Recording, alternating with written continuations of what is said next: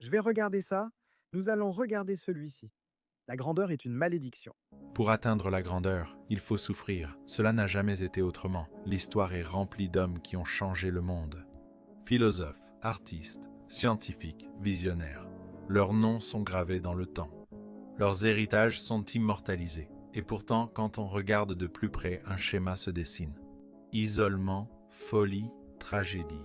Le monde célèbre ces figures, mais seulement de loin. Nous admirons leur œuvre, citons leurs paroles et érigeons des statues en leur honneur. Mais nous reconnaissons rarement la souffrance qui l'accompagnait. Nous vénérons.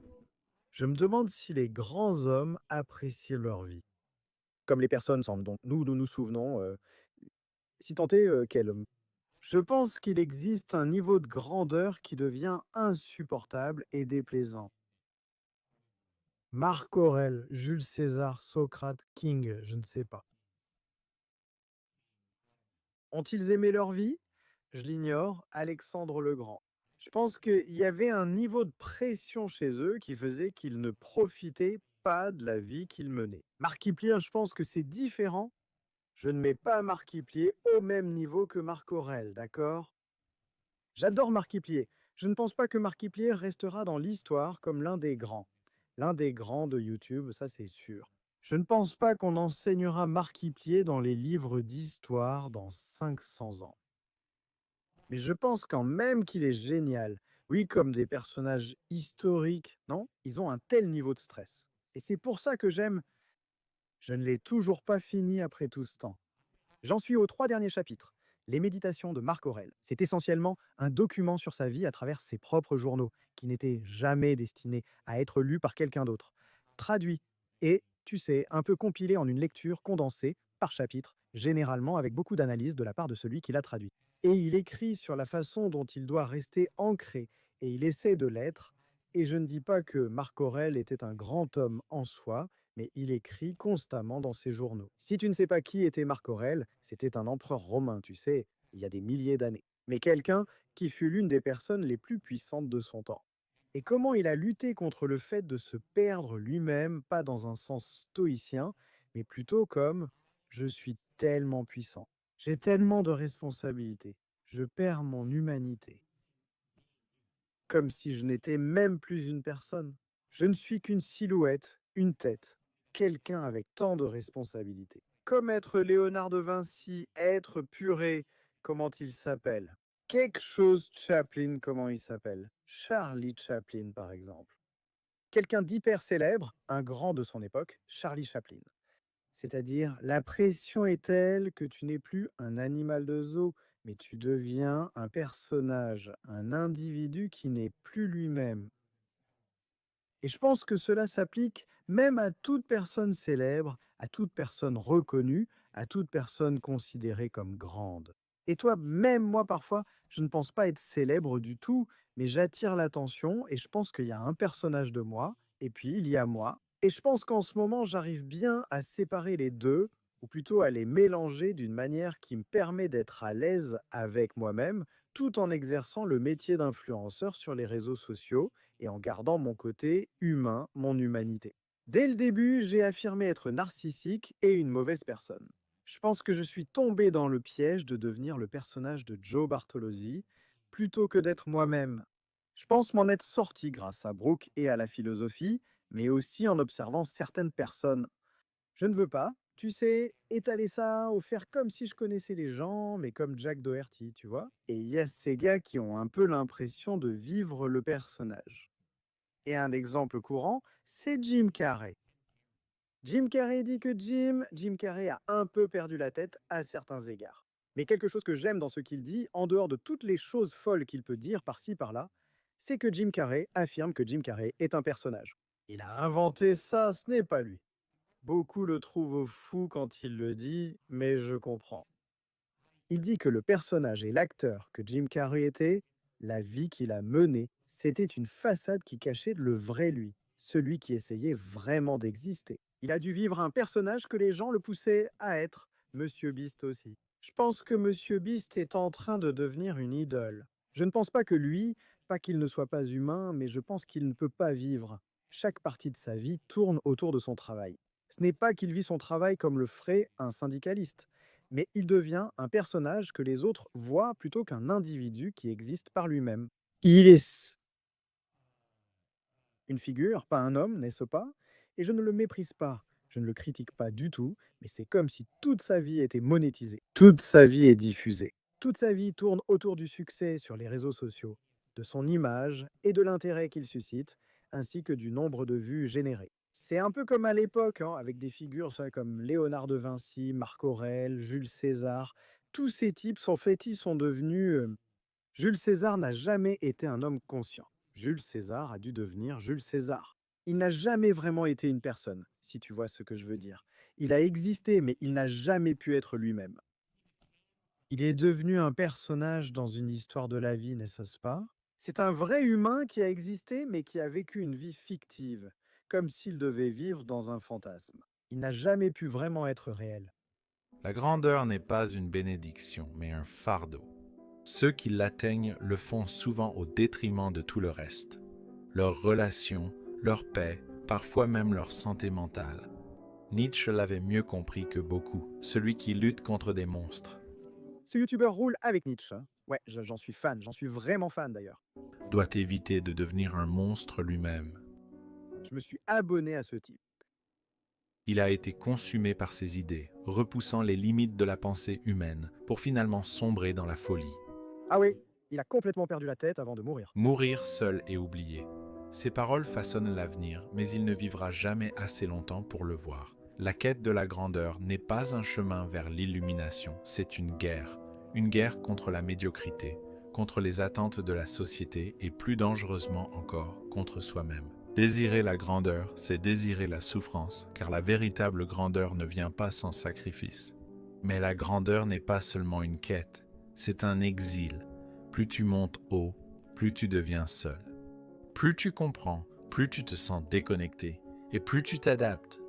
Parfois, j'ai l'impression d'en arriver là, tu deviens juste, et ça concerne tous ceux qui entrent dans ce métier. Quand je parle à Lassie et Ron, oh mon Dieu, c'est mot pour mot ce qu'on vit. Comme ils doivent vivre toute leur vie, c'est du streaming in real life, donc il n'y a plus aucune séparation, tu vois. C'est là que je pense que pour les streamers Twitch, ce n'est pas vraiment génial. Je ne veux pas comparer Lassie à genre un président, mais tout ce qu'ils font, c'est du streaming in real life. Ils streament quotidiennement, ne sortent pas, ne voient de personne et ne prennent jamais de vacances. Ils streament tous les jours, ils font des streams in real life, 8 heures soit par jour. Leur vie, c'est leur travail. Ils n'ont aucune séparation entre les deux, ils sont devenus Lassie et Stable Ronaldo devient Stable Ronaldo. Jinxie est revenu Jinxie. Genre lui, je pense que Jinxie gère un peu mieux pendant son temps libre. Et je pense que Kezo est vraiment doué pour ça. Quand je regarde Kezo, je trouve que Kezo a complètement séparé sa personne de son travail. Kezo stream 80 heures par jour, puis il arrête totalement. Il aime ça, mais quand c'est fini, c'est fini. Et ensuite, il vit sa vie.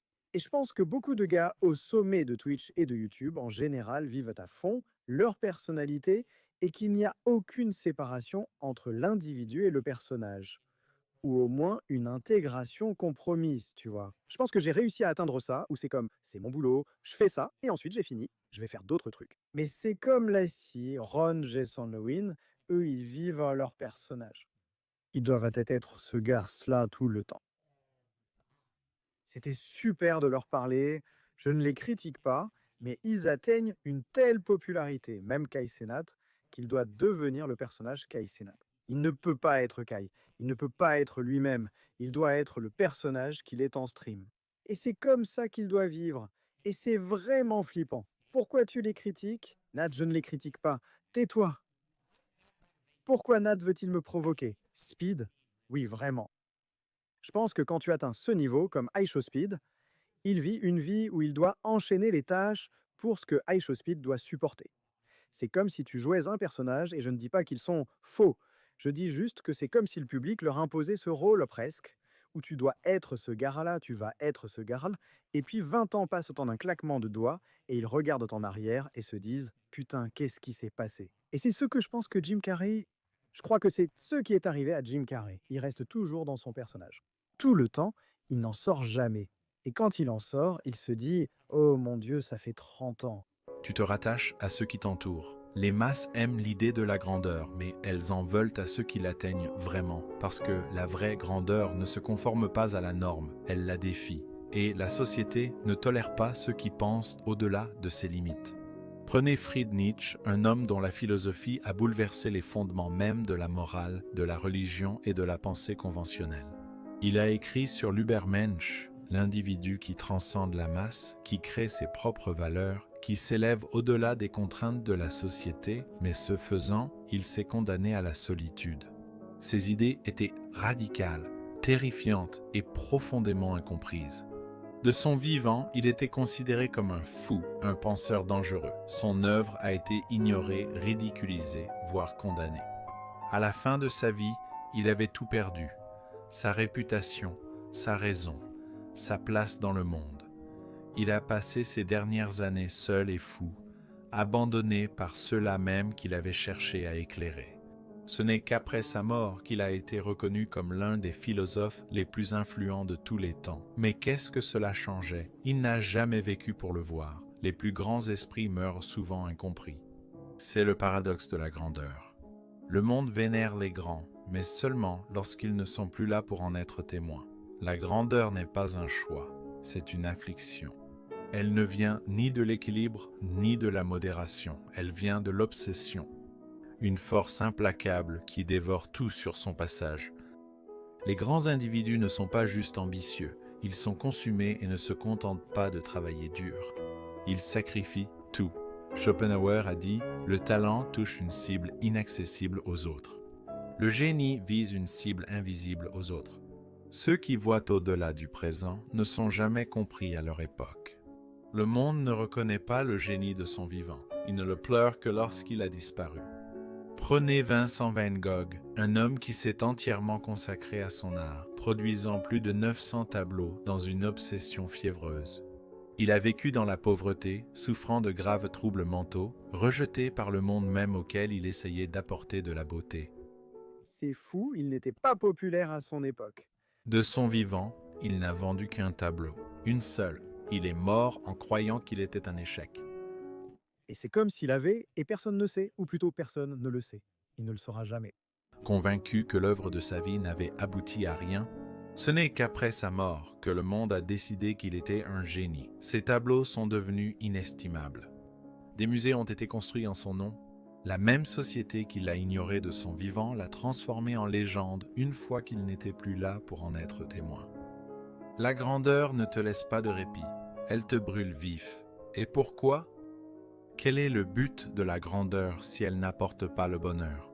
Si elle n'apporte pas l'épanouissement, si au final elle ne laisse derrière elle qu'une traînée de souffrance.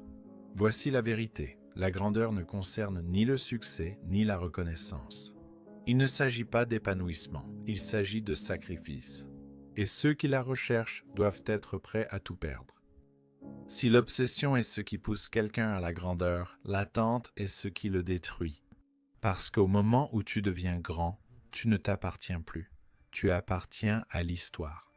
Tu appartiens à ceux qui t'admirent, t'envient ou te voient. Ils créent un personnage de toi. Ils font de toi un individu. Tu n'es plus toi-même un individu. Waouh! L'homme cherche à te démolir. La grandeur isole, mais elle pèse aussi. Une fois que le monde te reconnaît comme quelqu'un d'extraordinaire, il s'attend à ce que tu le restes. Il n'y a pas de place pour la faiblesse, pas de place pour l'échec. Plus tu t'élèves, plus la chute est brutale. Nous avons toujours aimé le spectacle d'une chute. Nous érigeons des statues aux grands hommes, mais nous célébrons aussi leur destruction. Jules César était vénéré comme un dieu jusqu'à ce qu'il soit assassiné par l'homme même qu'il avait autrefois loué. Napoléon a remodelé le monde jusqu'à ce qu'il soit rejeté, exilé pour mourir seul. Les idées de Nietzsche ont été ignorées de son vivant, mais ironiquement, lorsqu'il n'a plus été en mesure de les défendre, elles ont été déformées au point d'en devenir méconnaissables. Sa philosophie, remettant en cause le pouvoir et prônant le dépassement de soi, fut récupérée par des idéologies qu'il aurait méprisées. Il n'a pas vécu assez longtemps pour les corriger. Son nom a été utilisé, mais sa voix s'était tue. Le monde n'aime les grands que lorsqu'ils ne sont plus là, et c'est là la véritable cruauté de la grandeur. Elle ne s'appuie pas sur cela. Je pense que c'est pareil pour un artiste musical aussi. Comment la popularité est comme Tupac, Biggie Smalls. Ces artistes, qu'ils soient rappeurs ou musiciens, n'intéressent vraiment personne avant leur mort, puis leur popularité explose. Cela ne récompense que la légende qui reste, même si quelqu'un surmonte. L'isolement, l'obsession et les attentes, il reste une dernière malédiction. La grandeur n'apporte pas la paix. Schopenhauer estimait que le désir humain ne serait jamais comblé. Il soutenait que la satisfaction n'est toujours que temporaire. Après avoir atteint un objectif, nous cherchons aussitôt le suivant. Il n'y a ni ligne d'arrivée, ni victoire finale, ni contentement durable. Schopenhauer a écrit « La richesse est comme l'eau de mer. Et vous devez constamment créer de nouvelles lignes d'arrivée pour même percevoir un but. De nombreuses personnes s'en perdent espoir en vieillissant car elles n'ont plus d'objectif et sans but, il n'y a pas de raison d'avancer. Et ensuite, généralement, vous mourrez. » Or, plus on boit, plus on a soif. C'est pour cela que tant de grands individus s'autodétruisent. Parce qu'il n'y a pas de fin à la poursuite, aucun succès, aucune réussite. Aucune reconnaissance ne semblera jamais suffisante. Oui, mais il doit y avoir un équilibre entre les deux. Il te faut des objectifs, mais tu ne peux pas en avoir trop. La soif de grandeur ne disparaît pas, elle ne fait que grandir. Nietzsche comprenait profondément ce combat.